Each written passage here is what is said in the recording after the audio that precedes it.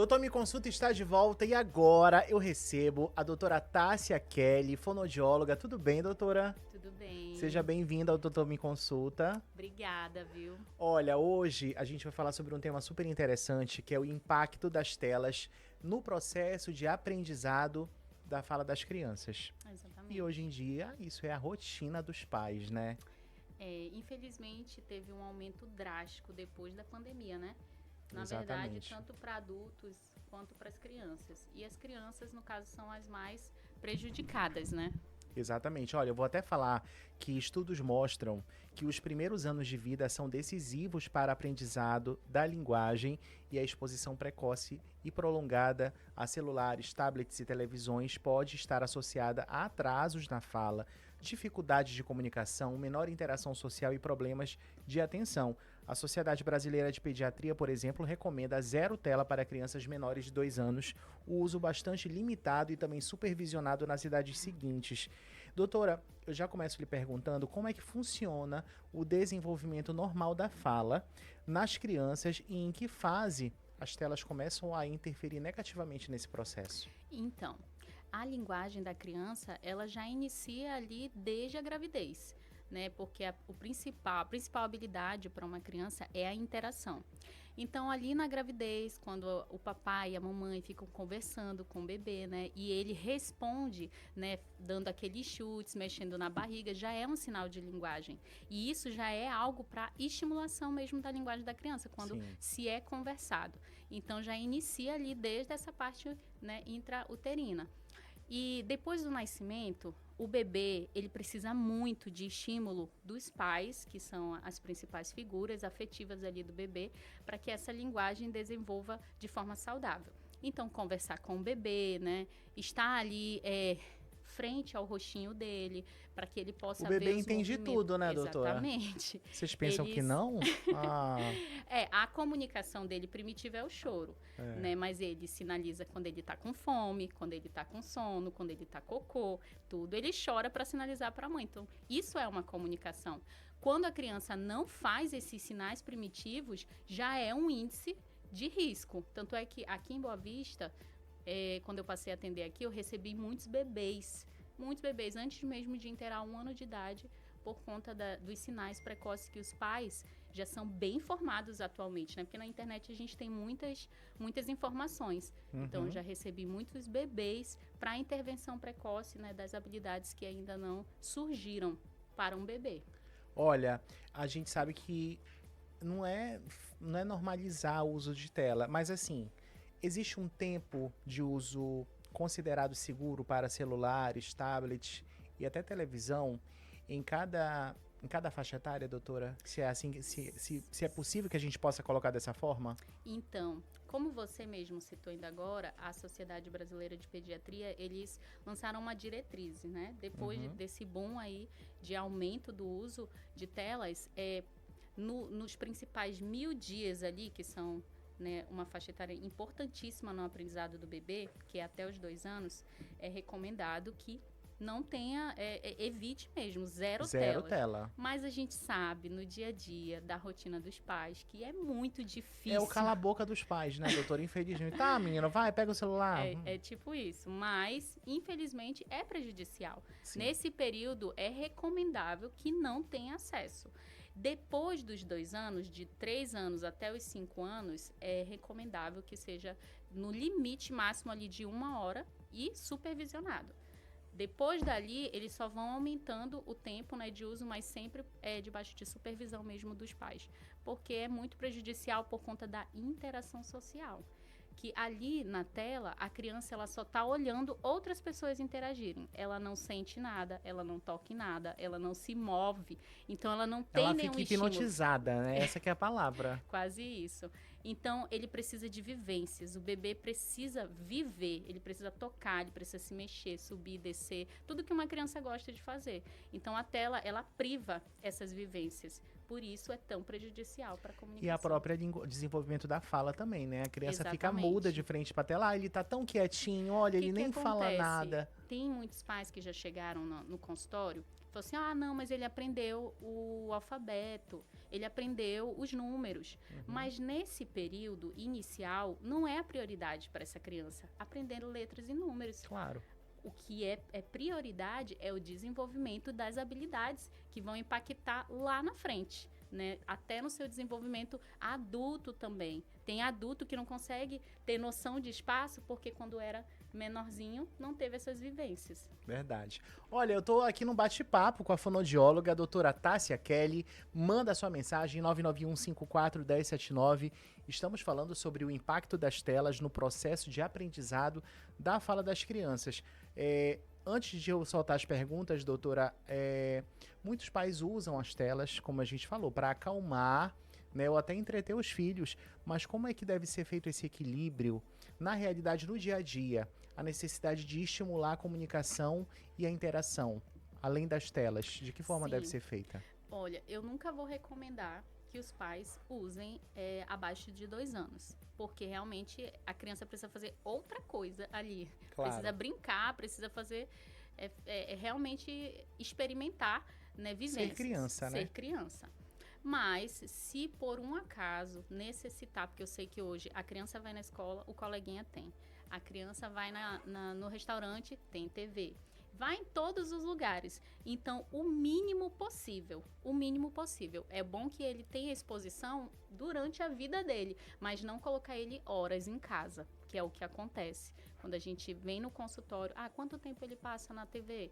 3 horas seguidas. É quase que a manhã inteira, sem ele poder fazer outras coisas e só na frente da TV, olhando, só sendo estimulado visualmente e auditivamente. Todos os outros sentidos ficam privados. Então, o ideal é o mínimo possível. E se a gente pensa que ele está aprendendo, ele não está aprendendo nada, né, doutora? Infelizmente. Infelizmente. Só não se desenvolver.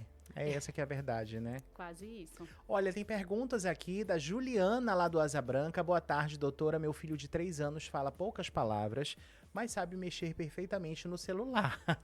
Me sinto culpada, não só por liberar telas, mas também sinto que eu e o pai dele conversamos pouco com ele. É um fator importante, como eu citei ainda agora, né? Mas essa criança, com certeza, precisa de uma avaliação de um profissional. Por quê? O que causa o atraso na fala? Alguns fatores que causam. É muito importante a família investigar a questão auditiva, porque às vezes a criança não fala por ter algum tipo de perda ali auditiva que impede ela de ouvir os fonemas, os sons da fala ao redor. É um dos fatores que atrasam a fala. A outra questão são transtornos associados, como o que a gente mais conhece aqui na cidade e no Brasil inteiro e no mundo, é o autismo. Então, trazendo para essa realidade, né, caso seja algo relacionado, ele precisa do acompanhamento de um profissional. Só quem vai dar a direção para a família do que se trata é quando vem para avaliação e é avaliado por um profissional. No caso de uma criança de 3 anos, ela já tem que estar com um vocabulário altíssimo de palavras. Porque com 2 anos ele já começa a formar frases. Verdade. Então, com 3 ele já conversa, mesmo que seja com algumas trocas fonêmicas, que é o esperado para a idade, mas ele já tem um vocabulário bastante extenso. Olha só, quem tá por aqui também, o Marcos, lá do Messejana. Apresentei um desenho de infância chamado Pingo pro meu filho de 2 anos. O desenho não tem falas, os personagens só fazem onomatopeias e agora o meu filho tá hiper focado no desenho e fica imitando os personagens. Isso pode atrasar a fala dele? Com certeza. Eu já recebi muitos pacientes que vieram com um repertório peculiar e eu ainda não conhecia esses desenhos diferentes. Tá aqui, olha na tela. Então, olha, você que está acompanhando a gente no site, a gente está aqui ao vivo com a doutora Tássia Kelly. E olha, a gente está interagindo aqui. O nosso ouvinte mandou até a foto do desenho que ele apresentou para o filho. E agora o filho não interage mais, doutora. Então, muitas crianças nessa fase inicial, 2, 3 anos, eles gostam muito de imitar. Sim. Quando é uma criança que é privada de experiências e vivências, como eu falei, que são importantes para o desenvolvimento da fala, eles acabam imitando aquilo que eles vivem. E o que eles estão vivendo? Telas e um aumento ali do uso, principalmente de desenhos que... E é tão fofinho o desenho que dá vontade de realmente ficar olhando. Né, a imagem. Aí chega uma criança com um vocabulário peculiar dessa seguinte forma. Eu já tive paciente que chegou assim. Sério? Ele falava assim, e eu ficava, parece um idioma. Eu falei, será que ele não tá assistindo coisas com outro idioma? Aí a Aham. mãe foi pesquisar o histórico. Ele assistia tudo indiano. Meu Tudo indiano. Eu Deus, a falei, criança estava aprendendo outro vocabulário, outro então, idioma. ele não conseguia reproduzir perfeitamente e nem conseguia reproduzir o próprio idioma dele. Então, ele estava ali totalmente confuso. Falei, olha, vamos evitar agora todo tipo de tela, vamos ensinar a forma correta. E aí a Meu criança Deus. desenvolveu. As crianças realmente elas surpreendem a gente, né? Olha, a Renata também do centro. Doutora, boa tarde. Minha filha de 2 anos começou a falar algumas palavras, mas depois parece que parou. Isso pode ter relação com o aumento do tempo de tela? Então, nem sempre. Essa criança precisa de uma avaliação porque vamos supor que nos casos de autismo acontece muito essas questões de regressão. Uhum. Também existe um termo que a gente chama de poda neural, que é nesse período de 2 anos, os neurônios eles acabam se regenerando e aí a criança nesse período acaba perdendo algumas habilidades, que é quando ela retrocede. Mas ela precisa de uma investigação para ver se está associado à TEA, que é o autismo, né, ou a outra questão mental, de saúde mental. Mas não é normal uma criança de 2 anos e meio regredir. Não é normal, ela precisa ser avaliada. Patrícia do Pricumã também está aqui com a gente. Boa tarde. Adorei o tema. Meu filho só repete palavras de desenhos e vídeos, não conversa mais. Isso é normal ou é um tipo de atraso? Não é normal. Como eu falei, quando as crianças só assistem, elas passam muito tempo assistindo, elas não têm uma interação. Então, elas aprendem a linguagem da TV sem saber como usar. Aí, elas ficam só reproduzindo scripts, porque não tem uma interação para elas saberem como usar esse contexto. Por isso que nas telas, elas aprendem a imitar aquilo que elas estão vendo, só reproduzir. Elas não dão funcionalidade. O que dá funcionalidade para a linguagem que elas estão aprendendo? A vivência, a interação. É ela sair para a rua, brincar, ter contato com pessoas, com outras crianças. Aí sim ela vai saber que aquela frase que ela estava reproduzindo dá para usar no contexto tal. Verdade. Entendeu? Então, essa criança com certeza teve muito tempo exposto a telas, né? Para ela estar reproduzindo muitos sons Tá de vendo desenho. só, gente, o mal que faz o uso de telas atrapalha completamente o desenvolvimento do filho, até porque ele tá nesse processo de aprendizado, de aprender a falar, né, de aprender A fase mais importante. a fase mais importante, né, desenvolvimento neural também, né, Exatamente. cognitivo. Isso mesmo. Olha só, a Fernanda do Jardim Floresta, ela fala: doutora, boa tarde, eu tenho 2 filhos, um de 5 e outro que vai fazer 2 meses. Não, e outro que vai fazer 2 esse mês. Ambos têm permissão para assistir desenhos, mas percebi que, que o meu mais velho demorou mais tempo para começar a falar, enquanto o meu mais novo já fala frases completas com apenas 1 ano. O que explica essa diferença? O que explica é que Aprendendo com o irmãozinho. exatamente, tem alguém ali para interagir com É. ele. Mesmo que ele tenha ali o contato, ele não tá privado totalmente. Ele tem experiências sociais. E quando geralmente acontece isso, uma criança mais velha tem um convívio com uma mais nova, a mais nova sempre é bem esperta. Porque tem muita fala ali, ó. A outra criança joga muito bombardeio auditivo ali e traz muito conteúdo, muita coisa, e a criança acaba absorvendo aquele aprendizado. Então, essa é a explicação, né? O mais velho é o que mais sofre, então. Porque o que vem depois, ele aprende com o mais velho, né? Ele já assim. vai ter um espelho ali, bem ou mal, né? Então, Ele já tem um espelho para aprender, geralmente, né? quando é o filho único, o primeiro filho, né? Os pais, eles privam muito a criança porque os pais também estão aprendendo junto. Aí acaba fazendo muita coisa pela criança. Aí o segundo, não, o segundo já é mais virado. Os pais já deixam, já aprenderam, já sabem como é que é, já deixa a criança ter mais autonomia. O primeiro já foi privado. Sempre acontece isso com os primeiros filhos. É verdade. Olha, quem tá por aqui também, Lucas, gente, muita mensagem, hein? Lucas lá do Tancredo, meu filho de 4 anos fala errado em muitas palavras. Em alguns casos ele troca letras. O excesso de vídeos pode influenciar nisso ou é só uma fase, doutora? Fico preocupado porque os amiguinhos da escola dele já falam corretamente e eu penso que ele tem um certo atraso. Ó, esse é um fator bem importante de comentar. Nem sempre a troca na fala é influenciada pela tela. As trocas na fala, que a gente chama de processo fonológico, ele tem quantos anos? Ele tem 4 anos. Ele já está chegando no limite máximo para adquirir todos os sons da fala, que é com 5 anos. Com Fala 5 errado muitas anos, palavras, ele tá falando aqui. Com 5 anos, a criança já tem que estar falando perfeitamente. Ela já teve todo o tempo necessário, o esperado, para adquirir os sons da fala. Mas se com 4 anos a criança não é compreendida, tem muitas palavras que as pessoas não entendem ao redor. Com certeza essa criança precisa de uma avaliação de motricidade oral, para a gente ver como é que tá os músculos orais dentro da boca dele, como é que tá a língua, como é que tá a boca, como é que tá as bochechas, como é que tá essa região oral. Tem alguma flacidez? Quando a criança tem flacidez na língua, por exemplo, ela demora muito para adquirir os fonemas que precisa mexer a língua. O mais famoso é o R, que é o caso do Cebolinha.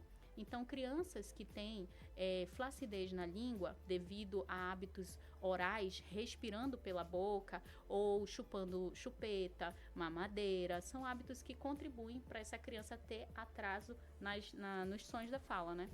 Temos áudio? Coloca pra gente, João, por favor. Boa tarde. Eu tenho 2 bebês, né? Um teve um acompanhamento de tela a partir dos 2 anos. E eu tenho um mais novinho, que pela influência do irmão, ele acaba assistindo um pouco mais cedo, né? Só que, assim, a gente vê um desenvolvimento legal da fala dele. Ele já fala bastante. Ele agora que vai fazer 2 anos, ele já tem uma fala bem desenvolvida. Queria saber, assim, o impacto positivo, né, do uso de telas. Até que ponto ele é positivo, até que ponto ele é negativo. Perfeito. Excelente pergunta para a doutora Olha, Kelly. Quando a criança não é privada de interação social, ela é uma criança muito estimulada, os pais colocam mesmo ela para brincar, para ter contato com outras pessoas, a tela não vai ser tão prejudicial como a gente tem visto ser para muitas crianças. Porque essa criança, ela está ponderando ali, né? Os pais estão equilibrando. Ela tem acesso à tela, mas ela não é uma criança que é privada de estímulos. Então, neste ponto, a tela não vai ser tão prejudicial, ela vai aprender. A gente no consultório, por exemplo, a gente tem o uso de tela com as crianças, mas, por exemplo, para ajudar, né, no desenvolvimento de aquisição de palavras novas, de aquisição de fonemas. Então, a gente utiliza ali como uma forma de aprendizado. Mas a criança está sendo fora ali, está sendo estimulada em casa, está sendo estimulada na escola, está tendo contato com outras crianças, com outras pessoas. No caso dessa mãezinha, não foi um empecilho para o filho aprender. Não foi um empecilho, exatamente. Agora, ele também tem um irmão, se né? fosse único e exclusivamente tela, né, e ele realmente já tivesse um atraso, poderia ser até o caso, né, doutora? Sim, com certeza essa criança, ela não tá se prejudicando com o uso da tela, porque ela tem um irmãozinho que, né, interage junto, que brincam juntos. Tem um Mesmo tempo de que qualidade também, né? Mesmo que a mãe não tenha esse tempo com a criança, mas ele tem um parceiro ali o tempo todo. Então a dica é: façam filhos.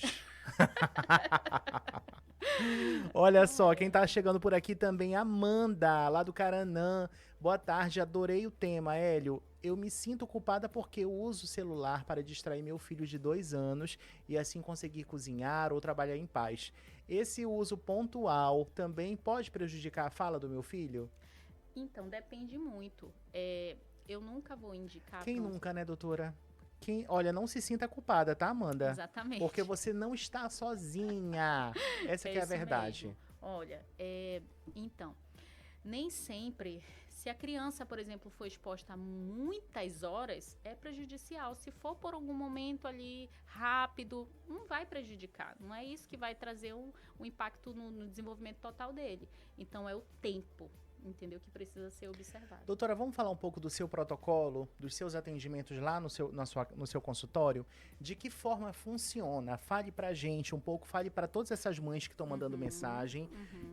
Como é que funciona o seu acompanhamento lá com as crianças? Então, a maioria das crianças que eu atendo hoje é do público TEA. Mas eu já atendi muitos bebês, crianças nessa faixa etária de 2 anos. Como que a gente faz para ajudar essas famílias na orientação? Essas crianças chegam no consultório mais ou menos nessa faixa etária, 2, 3 anos, sem conseguir ou se comunicar ou apresentando muitas trocas. Então, nós fazemos uma avaliação do desenvolvimento e da linguagem, para sabermos aonde que essa criança parou. Às vezes, uma criança de 3 anos que está apresentando um vocabulário de um bebê de 1 ano. De tão reduzido que está. Olha só, gente. Então, a gente vai estimulando até essa criança alcançar a idade que ela está, né? A idade cronológica dela mesmo. Aí ela vai aumentando o vocabulário, ela vai aprendendo a estalar os sons de forma correta, a falar os sons de forma correta. E aí ela fica equiparada. Quando ela alcança esse nível, ela pega alta. É basicamente isso. Quando é em casos de autismo, aí já é um tratamento mais prolongado. Né? A gente vai ajudando dentro das dificuldades e oferecendo várias estratégias para aquela criança alcançar a comunicação. E é importante frisar que cada caso é um caso, né, doutora? Cada caso é um caso. Porque a gente... ele tem autismo. Meu filho também tem. E o tratamento é igual, então. Não, porque existem muitas comorbidades. Cada criança é um pacotinho. Exatamente. É um histórico diferente. Então, a gente investiga, vê as comorbidades, vamos sentar com a família para ver a melhor forma do tratamento e a gente continua o plano terapêutico. Olha, muito legal esse bate-papo que eu tive aqui com você, doutora, porque assim como essas mães, esses pais que estão mandando mensagem, olha, eu quero agradecer ao Lucas lá do Tancredo, Amanda do Caranã, Vanessa, Bianca, Regina do Operário, Mônica lá do Caçari, quem tá mais com a gente também, Rodrigo do Centenário, Larissa, Cristina, Paulo do Santa Luzia, Débora do Jockey Clube. Não fiquem tristes, não temos mais tempo, mas isso só serviu para a gente poder trazer novamente esse tema aqui, sim, porque é um tema super interessante, né, para a gente poder debater. E eu já deixo aqui também aberto, quero que você faça o convite para todos os nossos pais e mães que estão ouvindo o Doutor Me Consulta agora, que se identificaram com essa nossa pauta, para poder procurar os seus serviços lá no seu consultório, doutora. Então, com certeza. Se você ainda não me segue nas redes sociais, você pode me contactar por lá, fga.tassia. Lá também eu geralmente publico, né, tanto orientações, compartilho casos clínicos para que as famílias possam se identificar, né? E também, se você vê que o seu filho, depois de todas essas informações, se você observar que o seu filho está com alguma dificuldade de fala, troca, atraso, me procure lá no Instagram que a gente pode conversar. Perfeito. Telefone para contato? O DDD é 92 98282 6181. 929 8282 6181. Pronto. Doutora, muito obrigado. Doutora Tassia Kelly, fonoaudióloga. Falamos sobre o impacto das telas no processo de aprendizado da fala das crianças. Se você perdeu, acompanhou a gente já do meio para o final, a gente sobe todas as nossas entrevistas para o YouTube e essa não seria diferente. Você acompanha no nosso site do Doutor Me Consulta, daqui a pouquinho já está no ar. Doutora, obrigado, tá? Imagina, volte mais vezes. Eu vou para um breve intervalo e já tem Doutor Me Consulta. Agora a gente vai receber no próximo bloco mais um super especialista. Isso mesmo, você aí que vive com fone de ouvido, essa matéria é para você e a gente vai receber aqui mais um super especialista. Já volto, é rápido.